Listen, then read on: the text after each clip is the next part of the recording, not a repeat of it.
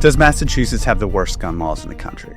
I hear this question all the time, and I've got a perspective on it. See, I'm attorney Matthew Peterson. I started my career in Alabama. Down there, you didn't need a license to carry as long as you had your gun out in the open. I still managed to handle a firearm licensing appeal there. That's how unusual gun cases were. Then I moved to Massachusetts, and it was like landing on a different planet. Now, I'm a Massachusetts firearms lawyer. I don't practice in New York or New Jersey or California, so I can't tell you for certain that we're the number one worst. But I can tell you this, Massachusetts is always in that top tier. And if you live here, you should treat our gun laws like they're the strictest in the country. Because I've seen what happens when people don't. The consequences can change your life. When we talk about toughest, see, that can mean a few things. How hard is it to get a license to carry? How many rules do you have to follow? How bad are the punishments if you mess up? Massachusetts hits all three of these categories. Now, this isn't legal advice for your specific situation. If you need that, talk to a lawyer about your specific case. But if you want to understand why Massachusetts gun laws are so harsh, stick with me. First, you need a license just to own a gun. So here's something that surprises a lot of people. In most states, you can keep a gun in your home without any license. You might need a background check to buy it. You might need a permit to carry it in public, but just having it at home, no license needed in most places. Massachusetts doesn't work that way. Here, the license isn't just about carrying, it's about owning. It's about having a gun at all. If you keep a firearm in your home without a license to carry or an FID card, you're breaking the law in Massachusetts. You don't have to threaten anyone. You don't have to do anything wrong. Just having the gun, that's enough. This is a big difference between Massachusetts and most other states. The license is everything here. Without it, you're already in trouble. Next is how you get a license in Massachusetts. So how do you actually get licensed to carry a gun in this state? Well, first, you have to take a safety course, and Massachusetts has approved. Then you have to fill out an application at your local police department. You get fingerprinted. They run a background check, and usually you'll have an interview. But here's what makes Massachusetts different. Your local police department decides. That means your experience depends on where you live.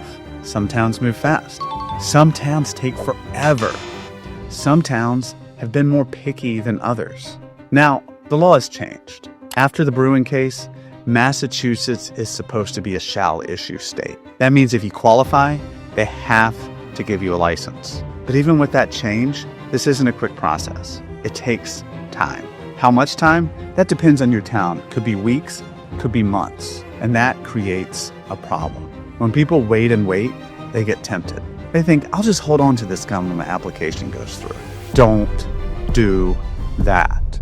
In Massachusetts, pending doesn't protect you. If you don't have a license to carry in your hand, you're breaking the law. Then the penalties for messing up are brutal in Massachusetts. See, this is where Massachusetts really hurts. If you have a gun outside of your home without a license to carry, you're looking at a felony. And not just any felony, an 18-month mandatory minimum. Now, let me explain what that means, because a lot of people don't get how serious this is.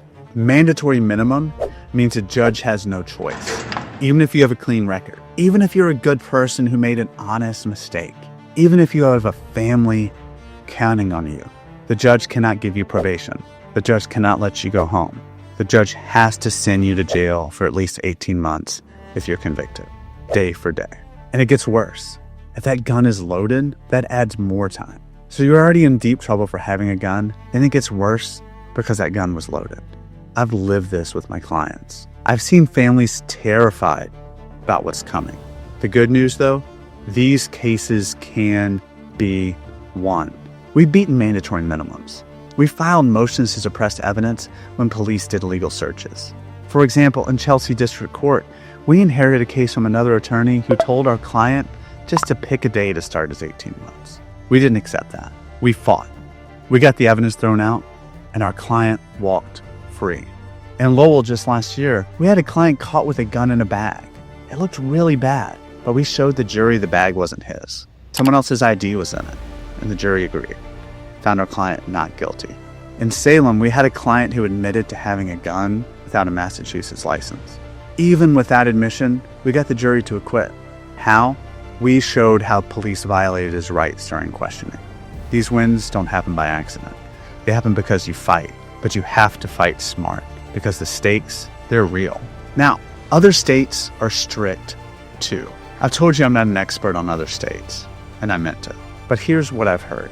New York, New Jersey, California, Illinois, they all have top reputations on guns too. From what I understand, they're strict in different ways. California focuses on purchase rules and waiting periods. New Jersey is known for treating small mistakes like major crimes. New York makes it really hard to get a handgun permit. But in Massachusetts, it's all of those together. Strict licensing, lots of rules, brutal punishment. That combination is what makes living here so risky for gun owners. Criminal records make everything worse. If you have a criminal record, Massachusetts gun laws get ugly fast. Certain convictions mean you can't get a license at all. Felonies, drug charges, lots of misdemeanors, restraining orders, domestic violence findings. Any of these can disqualify you. But here's the really scary part, the sentencing. See, Massachusetts has something called the Armed Career Criminal Act. If you have certain prior convictions and get caught with a gun, you're not looking at 18 months. You're looking at years, sometimes more than a decade. And here's why this matters, even if you think, that's for criminals, not for me. See, criminal records are messy. Some people have old cases they forgot about. Some people have cases from other states. Some people have outcomes they don't really understand. Massachusetts doesn't care what you think your record means. Massachusetts cares what the law says. So if you have any criminal history and you're dealing with guns, get legal advice first, not after, before. Because the line between you're fine and you're going to prison can be one detail in your record. Now, here are the traps no one thinks about. Let's talk about stuff that catches people off guard. How you move your gun around. In Massachusetts, it matters whether the gun is loaded or unloaded, locked or unlocked, where it sits in your car. If you moved here from somewhere else and you assume your old habits are fine, you could be wrong. Massachusetts doesn't forgive assumptions. Magazines. Massachusetts limits how many rounds your magazine can hold. So you might be focused on the gun itself. Forget the magazine, it's its own problem. Paperwork. When you buy or sell a gun, Massachusetts wants records. Some states let you do private sales with barely any paperwork.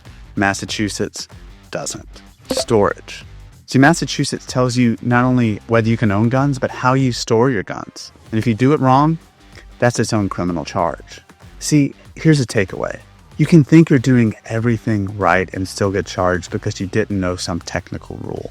The room for mistakes is tiny. You should treat Massachusetts like it's the worst. So is Massachusetts actually the strictest state? I can't say for sure because I don't practice elsewhere. But here's what I know. Massachusetts is always in that conversation. And if you live here, act like it's the worst. Because getting it wrong can wreck your life. I've defended people facing mandatory minimums who made honest mistakes. I fought cases where people thought they were following the rules and ended up charged with felonies. I've taken cases other lawyers gave up on and found ways to win. But I've also seen what happens when people don't take this seriously, when they don't get help, when they guess instead of asking. Here's what I want you to take from this. Number one, don't have a gun in Massachusetts without a license. Not for a little while, not just holding it for a friend, not even if it's unloaded, not even if it's locked up. Number two, if you're moving here with guns, don't guess. Get advice on how to do it legally. You get 60 days to figure it out, but the clock starts the second you arrive. Number three, if you have any criminal history, don't assume you're good. Whether you can own a gun is technical. Get your record reviewed before you do anything. Number four, learn how to store and transport your guns the Massachusetts way. Most people get in trouble because they meant well but assumed wrong. Number five, if you get charged, take it seriously right away. Gun cases move fast. Mandatory minimums close off your options early. You need a Massachusetts lawyer who knows Massachusetts gun law and knows how to fight. If you're watching this thinking, I want to follow the law, but I'm not sure I am.